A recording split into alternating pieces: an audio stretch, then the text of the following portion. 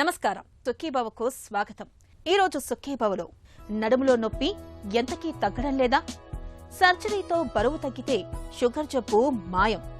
2 ఏళ్లు దాటుతున్నా పిల్లలకు మాటలు రావడం లేదా? ఇంకా హెల్త్ టిప్.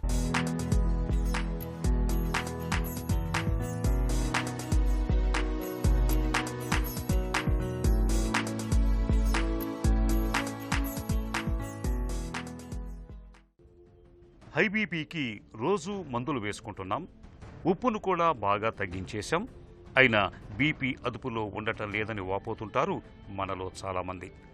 నిజానికి రక్తపోటు నియంత్రణలో ఉండటానికి మందులు ఒక్కటే చాలవు. ఉప్పును తగ్గించినంత మాత్రాన బీపీ వెంటనే అదుపులోకి వచ్చేయదు. రక్తపోటును అదుపులో ఉంచుకోవటానికి ఒకవైపు మందులు వాడుతూనే మరోవైపు మన ఆహారపు అలవాట్లలోనూ అనేక మార్పులు చేసుకోవాలి. ముఖ్యంగా సోడియం ఉన్న ఆహారాలను బాగా తగ్గించాలి. పొటాషియం లభించే ఆహారాలను ఎక్కువగా తీసుకోవాల్సి ఉంటుందని చెబుతున్నారు డాక్టర్. బ్లడ్ ప్రెషర్ ఎప్పుడు పైది కొంచెం ఎక్కువ ఉన్నా నార్మల్ అనుకుంటాం, కానీ కిందది మటుకు చాలా మటుకు మెయింటైన్ చేస్తూ ఉండాలి. ఎందుకంటే శరీరం రెస్ట్లో ఉన్నప్పుడు రక్తపోటు ఎలా ఉంది నరాల్లో అన్నది కింద వచ్చే పరిణామం చూస్తాం అనమాట.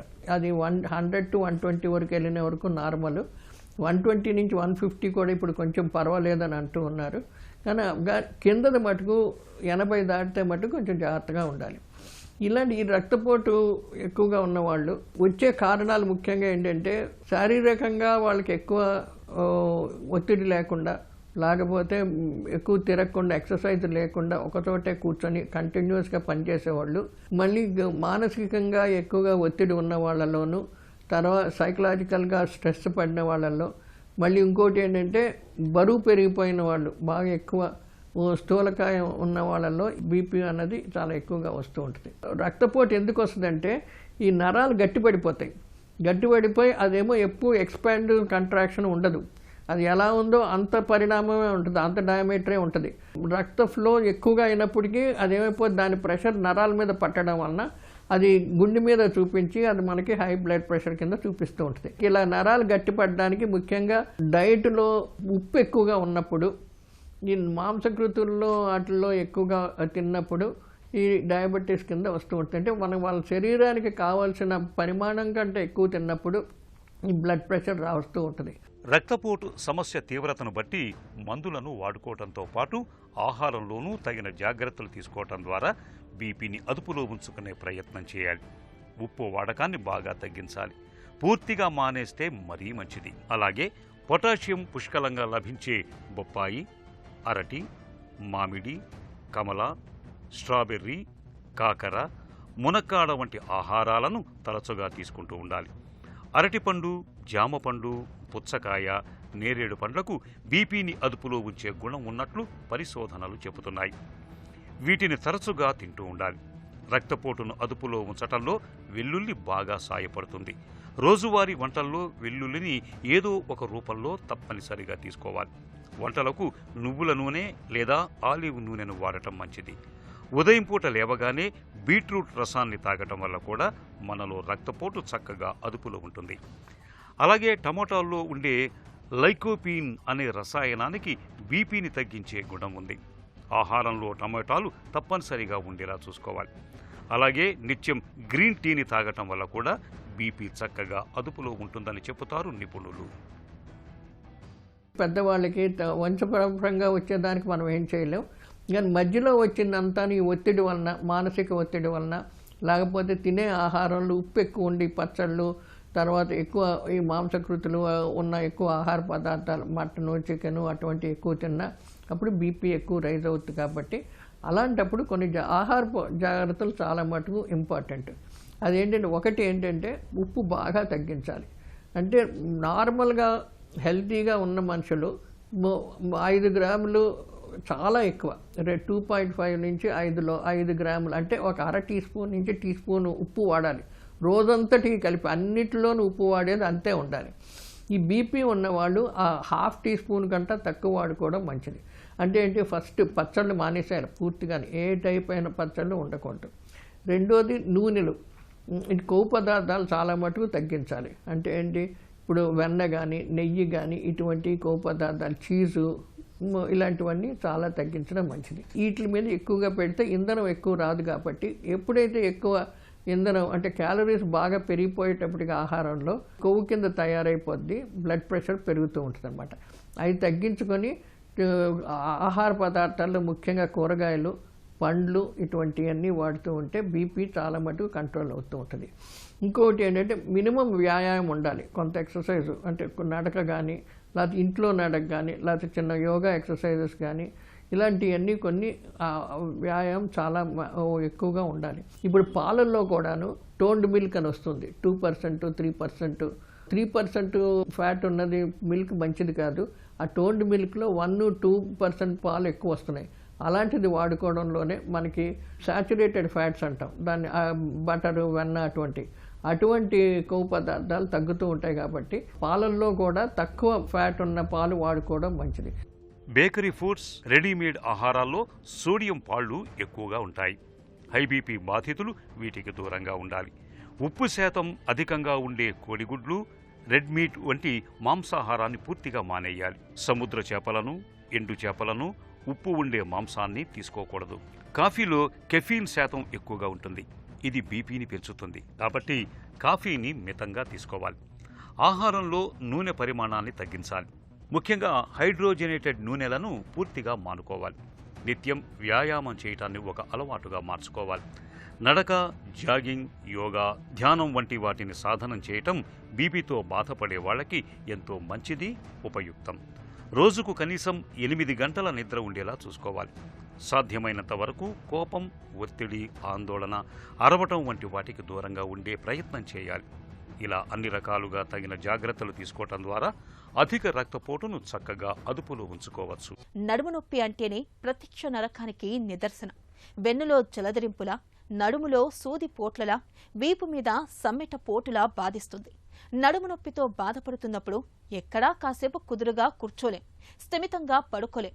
ఒక్క మాటలో చెప్పాలంటే నడుము నొప్పి అనేది పక్కలో బల్లెంలా వేధిస్తుంది.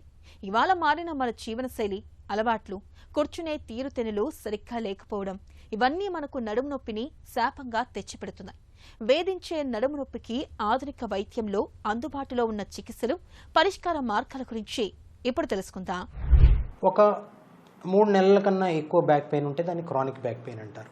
డిస్క్ విషయం మనం మాట్లాడుకున్నప్పుడు డిస్క్ చుట్టూ యాన్యులస్ ఫైబ్రోసిస్, లోపల న్యూక్లియస్ పల్పోజస్ అన్న జెల్లీ పదార్థం శిశువు టైం నుంచే మన బాడీకి ఫారిన్ అని మాట్లాడుకున్నాం. ఇలాంటి ఫారిన్ మెటీరియల్ నరాలకి టచ్లోకి వచ్చినప్పుడు, లేకపోతే వెన్నుపాములోకి టచ్లోకి వచ్చినప్పుడు మన బాడీ ఏం చేస్తుందంటే ఈ ఫారిన్ మెటీరియల్ నా దగ్గరికి ఎందుకు వచ్చని కోపడుతుంది, ఇన్ఫ్లమేషన్ అవుతుంది.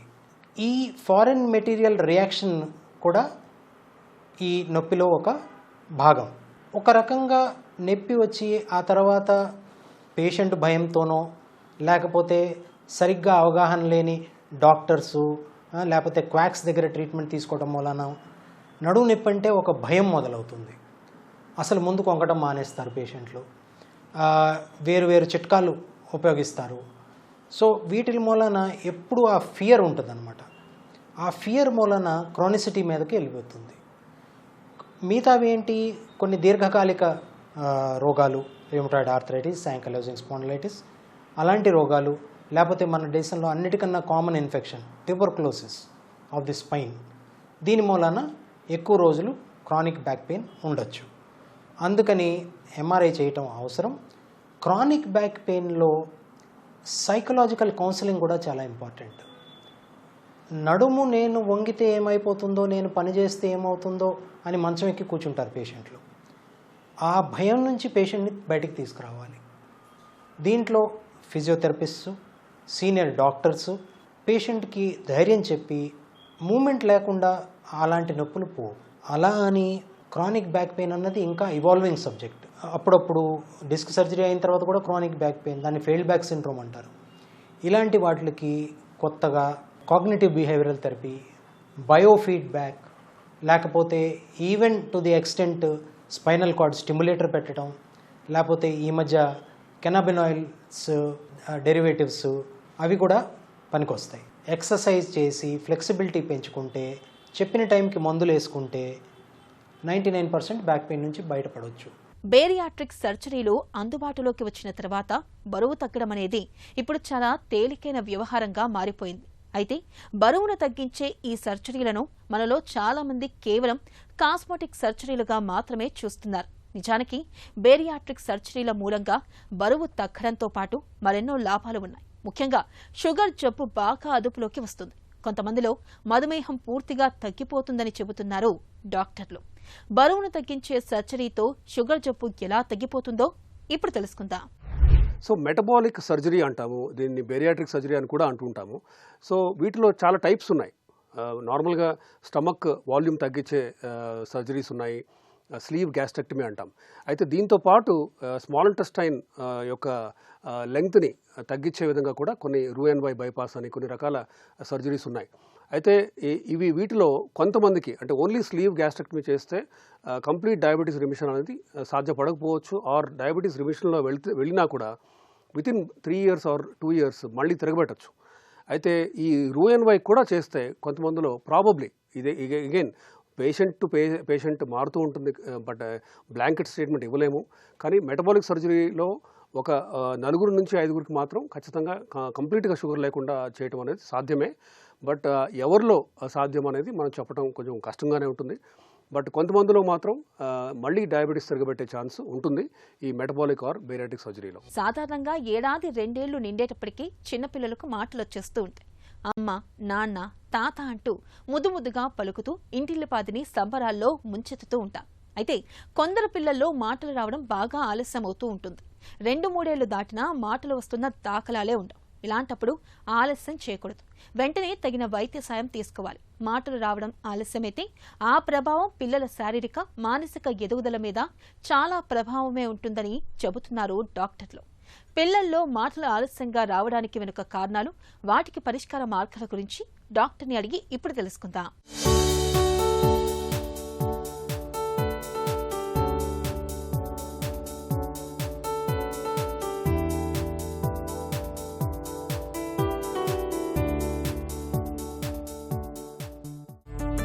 పిల్లలకు సాధారణంగా ఏ వయసు నుంచి మాటలు రావటం మొదలవుతుంది? స్పీచ్ జనరల్గా 1-1.5 సంవత్సరం పిల్లలు ఒక్కొక్క మాటలు మాట్లాడడం స్టార్ట్ చేస్తారు. చిన్న మాటలు అంటే ఇప్పుడు అమ్మ అనో, నాన్న అనో, అక్క, తాత, మామ, ఇవి ఒక్క వర్డ్, సింగిల్ వర్డ్స్ అంటాం. 1-1.5 సంవత్సరాల మధ్యలో స్టార్ట్ అవుతుంది. అయితే అంతకంటే ముందే 6 నుంచి 9 నెలల మధ్యలో బ్యాబ్లింగ్ అంటాం. బ్యాబ్లింగ్ అంటే ఇప్పుడు మామ, తాత, బాబా అంటే ఒక్కొక్క అక్షరాన్ని రిపీటెడ్గా చెప్పడం. ఇప్పుడు మామ అంటే ఆ వయసులో మామను పిలవకపోవచ్చు, కానీ మామ అనేది ఒక శబ్దం లాగా పిల్లలకి వాళ్ళకి. అలాగే తాత, దాదా, బాబా, ఇవి బ్యాబ్లింగ్ అంటాం. సో ఇది మనం ఇంకా తక్కువ ఏజ్లో స్పీచ్ మైల్ స్టోన్స్ అని చూసుకుంటే 9 monthsకి మనకు స్టార్ట్ అవుతుంది. 1-1.5 సంవత్సరం మధ్యలో సింగిల్ వర్డ్స్ అంటే ఒక్కొక్క పదం పలకడం స్టార్ట్ అవుతుంది. ఇవి మీనింగ్ఫుల్ వర్డ్స్ అంటాం, అంటే అర్థం తెలుసుకొని చెప్పే మాటలు ఇవి 1-1.5 సంవత్సరం మధ్యలో. 2 సంవత్సరాలు వచ్చేటప్పటికి 2 పదాలు కలిపి చెప్పడం. అంటే ఇప్పుడు అమ్మ, అన్నం అంటే పిల్లవాడు అడుగుతున్నప్పుడు అన్నం కావాలన్నప్పుడు అమ్మ, అన్నం, సో 2 పదాలు కలిపి చెప్పడం. లేదా అమ్మ వాటర్, అమ్మ ఆమ్, ఇలాగా అమ్మ పోదాం, సో 2 మాటలు కలిపి చెప్పడం. 3 సంవత్సరాలు వచ్చేటప్పటికి 3 పదాలు కలిపి చెప్పగలుగుతారు. అంటే అమ్మ బయటికి పోదాం, 3 words, 3 word phrases అంటాం. 3rd, 4th year వచ్చేటప్పటికి ప్రాపర్ సెంటెన్సెస్ అంటే ప్రాపర్గా ఒక వాక్యం అంటే ఒక బిగినింగ్, మిడిల్, ఎండ్ ఉండే వాక్యం చెప్పడం అలవాటు అయిపోతుంది. తర్వాత ఏమైనా బయట జరిగిన సంఘటనలు కానీ ఇంకేమైనా ఇన్సిడెంట్స్ అవి నెరేట్ చేయగలగడం, ఒక కథలాగా చెప్పేవి కూడా వస్తుంది 4-5 సంవత్సరాల పిల్లలకి. 2 ఏళ్ల వయసు దాటుతున్నా పిల్లలు ఒక్క పదం కూడా మాట్లాడకపోతే భయపడాలా? 1-1.5 సంవత్సరానికి సింగిల్ వర్డ్స్ చెప్పడం ఖచ్చితంగా రావాలి. సో కొన్ని స్పీచ్ రెడ్ ఫ్లాగ్స్ అంటాం. రెడ్ ఫ్లాగ్స్ ఏంటంటే ఆ వయసుకు కనుక ఆ స్పీచ్ మైల్ స్టోన్ రాకపోతే మనం ఖచ్చితంగా డాక్టర్ని సంప్రదించి ఏమైనా కారణాలు ఉన్నాయో తెలుసుకోవాలి. అమ్మాయిలతో పోలిస్తే అబ్బాయిలకు మాటలు ఆలస్యంగా రావటం సహజమేనా? అమ్మాయిలతో పోలిస్తే అబ్బాయిలకి కొంచెం మాటలు రావడం లేట్ అవుతుంది. అయితే చాలామంది అనుకున్నట్లు ఒక అపోహ ఏంటంటే ఇప్పుడు 3 సంవత్సరాలు 4 సంవత్సరాలకి అస్సలు మాటలు చెప్పకపోయినా వీడు అబ్బాయి కదా పర్లేదు వెయిట్ చేద్దాం అనేది కరెక్ట్ పద్ధతి కాదు. ఎందుకంటే ఒక 3-4 నెలల గ్యాప్ ఉండడం సహజమే. అంటే ఇప్పుడు అమ్మాయిలు ఉదాహరణకి 1 ఇయర్ కల్లా ఒక్కొక్క వర్డ్ స్టార్ట్ చేస్తారంటే 16 నెలలకు 18 నెలలకు బాయ్స్కి రావచ్చు, కొద్దిగా మార్జిన్ ఉంటుంది. కానీ మరి 3 సంవత్సరాలు 4 సంవత్సరాలు కూడా రాకపోతే మాత్రం ఖచ్చితంగా డాక్టర్ని కన్సల్ట్ చేసి సలహా తీసుకోవాలి. పిల్లల్లో మాటలు ఆలస్యంగా రావటానికి కారణాలేంటి? గ్లోబల్ డెవలప్మెంటల్ డిలే అంటాం. అంటే మాటలతో పాటు అన్ని మైల్ స్టోన్స్ లేట్ అవ్వడం. అంటే నడక లేట్ అవుతుంది, మాట్లాడడం లేట్ అవుతుంది, సోషల్ మైల్ స్టోన్స్ అంటాం. అంటే గుర్తుపట్టడం, ఇంట్లో వాళ్ళ బయట వాళ్ళ అని గుర్తించగలగడం, అన్ని మైల్ స్టోన్స్ లేట్ అవుతాయి. రెండోది హీరింగ్ ప్రాబ్లం. సో వినికిడి కరెక్ట్గా లేకపోయినా కూడా మాటలు ఖచ్చితంగా లేట్ అవుతాయి. మూడోది బర్త్ ప్రాబ్లమ్స్. అంటే ప్రసవ సమయంలో ఏమన్నా బ్రెయిన్కి ప్రాబ్లం అయితే, అంటే ఆక్సిజన్ అందకపోయినా, రక్తం కరెక్ట్గా అందకపోయినా బ్రెయిన్ ఇంజురీ అవ్వచ్చు. దానివల్ల కూడా మాటలు లేట్ అవ్వచ్చు. లేదా పుట్టిన పిల్లల్లో షుగర్ లెవెల్స్ పడిపోయి బ్రెయిన్ ఇంజురీ అయినా కూడా, లేదా బ్రెయిన్ ఇన్ఫెక్షన్స్, మెదడువాపు వ్యాధులు అంటాం. సో ఇవి కొన్ని కారణాలు. ఇవి కాకుండా ఈ మధ్య కాలంలో, అంటే గత 10-15 సంవత్సరాల్లో మనం గమనిస్తున్నది ఏంటంటే ఆటిజం. సో ఆటిజం కూడా చాలా ముఖ్యమైన కారణం స్పీచ్ లేట్గా రావడానికి. సో ఒక 90% కారణాలు ఈ 4-5 ఉంటాయి మోస్ట్లీ. మాటలు ఆలస్యం కావటానికి ఆటిజం జబ్బుకు సంబంధం ఉందా? ఆటిజం ఉన్న పిల్లల్ని కనుక మనం 100 మంది పిల్లల్ని చూస్తే అందులో 90-95% మంది పిల్లలు మొట్టమొదటిసారి తల్లిదండ్రులకు అనుమానం వచ్చేది మాటలు టైంకి రాకపోవడం వల్ల. లేదా కొంతమంది ఆ చిన్న చిన్న మాటలు స్టార్ట్ చేసి, అంటే తాత, అమ్మ, అత్త అనే కొన్ని బ్యాబ్లింగ్ స్టార్ట్ చేసి 1-1.5 సంవత్సరాల మధ్యలో ఆ వచ్చిన మాటలు కూడా వెనక్కి వెళ్ళిపోతాయి. రిగ్రెషన్ అంటాం. సో మెయిన్గా స్పీచ్ డిలే కానీ లేదా స్పీచ్ రిగ్రెషన్, దీనివల్లనే చాలామంది తల్లిదండ్రులకు అనుమానం వస్తుంది ఫస్ట్ ఇది ఆటిజం ఉండొచ్చా అనేది. సో స్పీచ్ డిలే అనేది చాలా ముఖ్యమైన లక్షణం ఆటిజం ఉన్న పిల్లల్లో, అర్లీ సిమ్టమ్స్ అంటాం. మాటలు ఆలస్యం కావటం అనేది వారి భవిష్యత్తుపై ఎలాంటి ప్రభావం చూపుతుంది? స్పీచ్ కనుక లేట్ అయితే ఖచ్చితంగా దాని ప్రభావం చిన్నపిల్లల్లో స్కూల్ పీరియడ్లో ఉంటుంది, తర్వాత కూడా కెరీర్లో కూడా ఉంటుంది. ఎందుకంటే చాలాసార్లు మనం ఇప్పుడు టీచర్ ఉదాహరణకి పిల్లవాడిని ఏదైనా క్వశ్చన్ అడిగినప్పుడు వాడికి ఆన్సర్ తెలిసినా కూడా చెప్పలేకపోతే, స్పీచ్ కరెక్ట్గా రాకపోవడం వల్ల టీచర్ వీడికి ఏం తెలియదు అనుకోవచ్చు. సో అక్కడే ఆ ప్రాబ్లం స్టార్ట్ అయిపోతుంది. అంటే మన ఎడ్యుకేషన్ సిస్టంలో కానీ తర్వాత కెరీర్స్ కానీ కమ్యూనికేషన్ అనేది చాలా ముఖ్యమైన భాగం. సో ఖచ్చితంగా డిలే ఉన్న పిల్లలకి స్టడీస్ పరంగా కొంచెం ఇబ్బంది కలుగుతుంది స్కూల్లో, తర్వాత కెరీర్లో కూడా కొంచెం ఇబ్బందులు ఉంటాయి. సో అందుకని ముందు నుంచి చిన్న వయసులోనే దాన్ని గుర్తుపట్టి ముందు నుంచే సక్రమంగా ట్రీట్మెంట్ చేసుకోవాలి. మాటలు ఆలస్యమైన పిల్లలకు చికిత్స ఎలా ఉంటుంది? స్పీచ్ థెరపీ అంటే ఏంటి? ఇప్పుడు మాటలతో పాటు నడక కూడా లేట్గా ఉంది, లేదా తల చిన్నగా ఉంది, పెద్దగా ఉంది, లేదా ప్రసవం సమయంలో ఏమన్నా ప్రాబ్లం అయ్యి ఉండొచ్చు అనిపించినప్పుడు బ్రెయిన్ స్కానింగ్ చేస్తారు. సో కారణం ఏముండొచ్చు అనేది, లేదా ఏమైనా మెదడు వాపు వచ్చింది, లేదా తలకు అంతకుముందు ఎప్పుడైనా గాయాలు తగిలాయా, సో కొన్ని టెస్టులు చేసుకుంటాం. బ్రెయిన్ స్కాన్ కాకుండా వినికిడి టెస్ట్ చాలామంది పిల్లలకి అవసరం. హీరింగ్ కరెక్ట్గా ఉందా లేదా, ఇవి కాకుండా ఇంకా ఒక్కొక్క చైల్డ్కి వాళ్ళకున్న లక్షణాలను బట్టి వేరే టెస్టులు కూడా ఏమైనా అవసరం పడవచ్చు. సో టెస్టులు చేసిన తర్వాత కారణం ఏదైనా నిర్ధారణ అయ్యి మనకు దానికి ఏమైనా ట్రీట్మెంట్ ఉంది అంటే దానికి సంబంధించి మెడికల్ ట్రీట్మెంట్ జరుగుతుంది. దాంతోపాటు స్పీచ్ థెరపీ అనేది చాలా ముఖ్యమైన భాగం ట్రీట్మెంట్లో మాటలు లేటుగా ఉన్న పిల్లల్లో. ఇవి కాకుండా కొంతమంది పిల్లల్లో, స్పెషల్గా ఆటిజం ఉన్న పిల్లల్లో ఇప్పుడు చెప్పిన థెరపీస్తో పాటు కొంతమందికి జెస్టాల్ట్ లాంగ్వేజ్ థెరపీ అంటారు. అంటే స్పీచ్ని వాళ్ళ బ్రెయిన్కి అర్థమయ్యేటట్లు, వాళ్ళ బ్రెయిన్ కరెక్ట్గా ప్రాసెస్ చేసుకునేటట్లు కూడా కొన్ని రకాల టెక్నిక్స్ ఉంటాయి. సో ఇవన్నీ డిఫరెంట్ స్పీచ్ థెరపీ టెక్నిక్స్ అని చెప్పుకోవచ్చు. పిల్లలకు మాటలు రావటానికి ఇంట్లో తల్లిదండ్రులు ఏం చేయాలి? 2 సంవత్సరాలు నిండే వరకు స్క్రీన్ ఎక్స్పోజర్ వద్దండి. టీవీ, ఫోన్ను పిల్లలకు చూపించొద్దు 2 సంవత్సరాలు నిండే వరకు. రెండోది, వీలైనంత ఎక్కువ మనం మాట్లాడుతూ ఉండాలి పిల్లలతో. అంటే మనం పిల్లలు ఆడుకుంటున్నారు లేదా వాళ్ళకి ఏదో బొమ్మలు ఇచ్చేసి ఆడుకోవడానికి వదిలేసాం అనుకోకుండా మనం ఎంత ఎక్కువ మాట్లాడుతూ ఉంటే పిల్లలకు కూడా మైండ్లోకి అదే వెళ్తుంది, వాళ్ళు మాట్లాడడానికి ఇమిటేట్ చేస్తారు. అంటే మనం ఏం చేస్తున్నామో పిల్లలు కూడా అదే చేయడానికి ట్రై చేస్తారు. చిన్నపిల్లల బ్రెయిన్ ఎన్ని లాంగ్వేజెస్కి ఎక్స్పోజ్ అయితే పెరిగే ఏజ్లో, అంటే మొదటి 4-5 సంవత్సరాల వయసులో ఎన్ని లాంగ్వేజెస్ కనుక వాళ్ళు ఎక్స్పోజ్ అయితే అన్నీ నేర్చుకునే అవకాశం ఉంటుంది. అయితే ఒక జాగ్రత్త గుర్తుపెట్టుకోవాలి ఏంటంటే, మాటలన్నీ కరెక్ట్గా సక్రమంగా టైంకి వస్తున్న పిల్లల్లో 2, 3, 4 లాంగ్వేజెస్ వాళ్ళు ఎక్స్పోజ్ అయినా అన్నీ నేర్చేసుకుంటారు. కానీ మాటలు లేట్గా ఉన్న పిల్లల్లో బిగినింగ్లో ఒక్క లాంగ్వేజ్తో స్టార్ట్ చేయండి. అది తెలుగు కావచ్చు, ఇంగ్లీష్ కావచ్చు, హిందీ, ఒక్కదాంతో స్టార్ట్ చేసి కొంచెం లాంగ్వేజ్ స్పీచ్ అది డెవలప్ అయిన తర్వాత కొత్త లాంగ్వేజెస్ ఇంట్రొడ్యూస్ చేయొచ్చు. పిల్లల్లో మాటలు ఆలస్యమవుతున్నప్పుడు ఎదురయ్యే ఒత్తిడిని తల్లిదండ్రులు ఎలా అధిగమించాలి? మాటలు కొంచెం లేట్ అవుతున్నా కూడా ఒక 2-3 నెలలు లేటు, 6 నెలలు లేట్ అంటే పర్లేదు, మనం వెయిట్ చేయొచ్చు. ఇంతకుముందు చెప్పినట్లు జాగ్రత్తలు తీసుకోవడం. లేదు చాలా లేట్ అవుతుంది అంటే ఖచ్చితంగా పిల్లల డాక్టర్ని కానీ న్యూరాలజిస్ట్ని కన్సల్ట్ చేసి ఏమన్నా కారణం ఉందా, మనం ఇంటి దగ్గర ఏం చేయొచ్చు, ట్రైనింగ్ ఎలా చేయాలి, ఇవి సలహా తీసుకోవడం. సో ఒత్తిడి అనేది సహజమే, కానీ మనం అర్లీ ఏజ్లో అంటే చిన్న వయసులోనే వాటికి డౌట్ వచ్చినప్పుడు మనం గుర్తుపట్టి వాటిని ట్రీట్మెంట్ చేసుకుంటే అంత ఇబ్బంది ఉండదు. పిల్లలు చక్కటి ఆరోగ్యంతో ఎదగడానికి మాట ఎంతో కీలకం. పిల్లల్లో మాటలు రావడం ఆలస్యం అవుతున్నప్పుడు, 2 ఏళ్లు దాటినా మాటలు పలకలేకపోతున్నప్పుడు వెంటనే వైద్య సాయం పొందాలి. అవసరమైతే స్పీచ్ థెరపీని ఇప్పించాలి. ఒక చిన్న చిట్కా మీకోసం. హై బీపీతో బాధపడుతున్నప్పుడు నిత్యం ఉదయాన్నే బీట్రూట్ రసాన్ని తాగడాన్ని అలవాటు చేసుకోండి. బీట్రూట్లోని నైట్రేట్ రసాయనాలు రక్తపోటును చక్కగా అదుపులో ఉంచుతాయి.